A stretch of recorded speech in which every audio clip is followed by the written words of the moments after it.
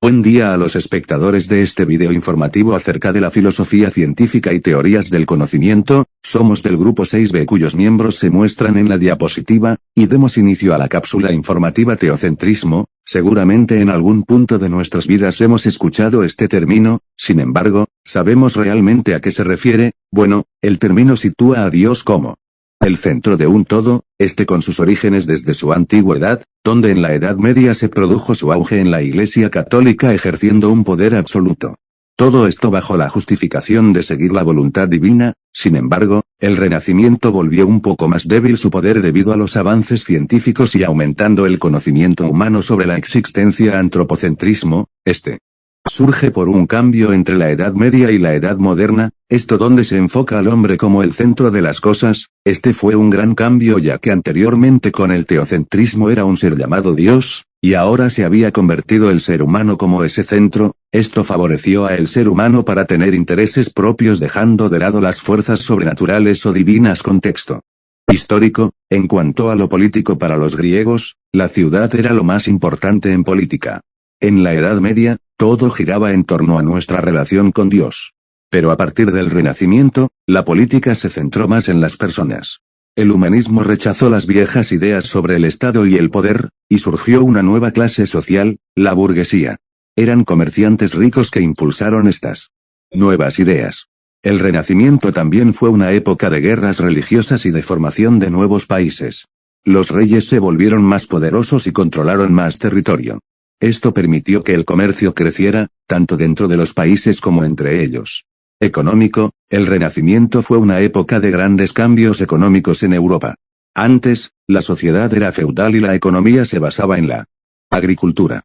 Pero durante el Renacimiento, las ciudades crecieron y la gente empezó a dedicarse al comercio y a las manufacturas. Esto condujo a una revolución económica. El comercio creció, la gente ganó más dinero y los reyes se hicieron más poderosos. El Renacimiento también fue una época de mecenazgo de las artes y la educación social, cultural. El Renacimiento fue un movimiento artístico que destacó por su interés en la razón, el conocimiento y el individuo.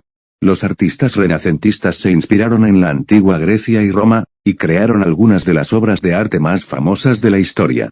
El Renacimiento también fue una época de grandes avances científicos. Los científicos empezaron a utilizar la observación y la experimentación para comprender el mundo, en lugar de confiar en la religión y la filosofía. Sociedad. El Renacimiento fue un movimiento cultural y artístico que floreció en Europa durante los siglos XV. Se caracterizó por un renovado interés en la cultura clásica grecorromana, un énfasis en la razón y el individuo, y un auge económico y social. El Renacimiento tuvo un profundo impacto en el arte, la ciencia, la literatura y la filosofía. Artistas como Leonardo da Vinci y Miguel Ángel crearon algunas de las obras de arte más famosas del mundo. Científicos como Copérnico y Galileo hicieron importantes descubrimientos que cambiaron nuestra comprensión del universo. El Renacimiento también fue una época de cambios sociales. El sistema feudal entró en decadencia y surgió una nueva clase social, la burguesía.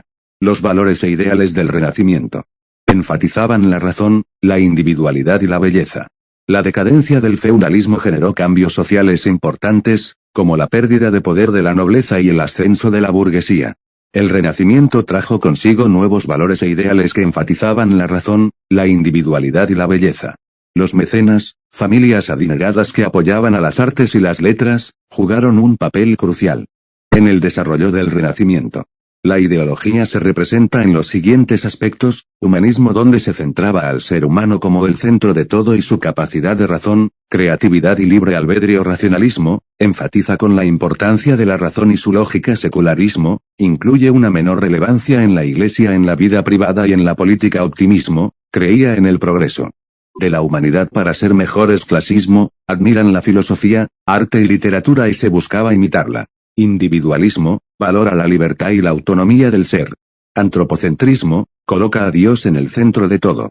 Contexto geográfico, su epicentro fue en Italia donde posteriormente se expandió para el resto de Europa, como son Francia, Inglaterra, España y Alemania. Filósofos. Aquí tenemos a Nicolás Copérnico, fue un astrónomo y matemático polaco en el siglo XV. Formuló la teoría heliocéntrica del sistema solar en el cual se entiende a la Tierra como el centro del universo. Johannes Kepler, un astrónomo y epistemólogo alemán del siglo XV estableció las conocidas leyes de Kepler en las cuales se describen los movimientos de los planetas alrededor del Sol, donde éste busca la verdad a través de la observación y razonamiento. Galileo Galilei, astrónomo, físico, ingeniero y matemático italiano cuya más grande obra fue la creación del telescopio, y con esta reunir información de las estrellas en la Edad Media, él creía en la teoría heliocéntrica donde la Tierra es el centro del universo. Isaac Newton, el padre de la física moderna, este personaje determinó que la fuerza se deriva de la masa y aceleración que tuviese un objeto, él pensaba que la observación y la experimentación era la base para la obtención de conocimiento. Su forma de integrarlo era a base del empirismo, la cual tiene las siguientes partes: observación, formulación, experimentación, análisis, modificación de hipótesis, y la formulación de leyes. La teoría del conocimiento que usó esta persona estaba basada en la ideología de Bacon, Boyle, Locke, René Descartes, y Leibniz. Blaise Pascal, matemático y físico en el siglo XV y una de sus grandes obras fue el Teorema de Pascal, donde se explica que si hay un objeto situado en una sección cónica los pares opuestos son colineales. Giordano Bruno, filósofo, astrónomo y poeta, conocido por sus teorías cosmogónicas, en ellas propuso que el universo era infinito y esto iba contra la idea en su tiempo, por tanto, fue perseguido y condenado hereje para ser quemado. Posteriormente, Giovanni Pico della Mirandola, humanista que buscaba la verdad a través de la síntesis de diferentes perspectivas, enfatiza en la libertad y potencial ilimitado en la humanidad a través del conocimiento y la virtud. René Descartes fue un filósofo, matemático y científico francés, que se considera una figura fundamental en el pensamiento occidental, y se le atribuye el ser padre de la filosofía moderna. Su forma de pensar afecta enormemente a la ciencia de la época y las matemáticas. John Locke propone que la experiencia sensorial es la base de todo el conocimiento, que no nacemos con nada preestablecido, sino que con las experiencias que tenemos adquirimos nuestro conocimiento y hacer nuestros propios juicios. Creía en el talento innato, ya que es algo que uno podía negar, se tenía que nacer con él para mejorar. Immanuel Kant, él fue un gran papel en lo que se tiene hoy en día en la ética y la estética y también sus aportes a la epistemología. Friedrich Hegel, sostiene que la realidad no está moldeada por nuestras mentes sino de nuestra mente y el espíritu. Este a su vez progresa por el dialecto de tesis, antítesis y síntesis de las mentes entre sí. Karl Marx, comunista que criticaba el sistema capitalista, en una obra principalmente llamada El Capital, ya que creía que este sistema se basa en la explotación de la clase obrera y la clase burguesa solo aumentaba la brecha de clases. Friedrich Nietzsche, es uno de los pensadores radicales e iconoclastas de la historia, ya que critica la moral tradicional, propuso el concepto de la voluntad de poder donde la fuerza impulsora fundamental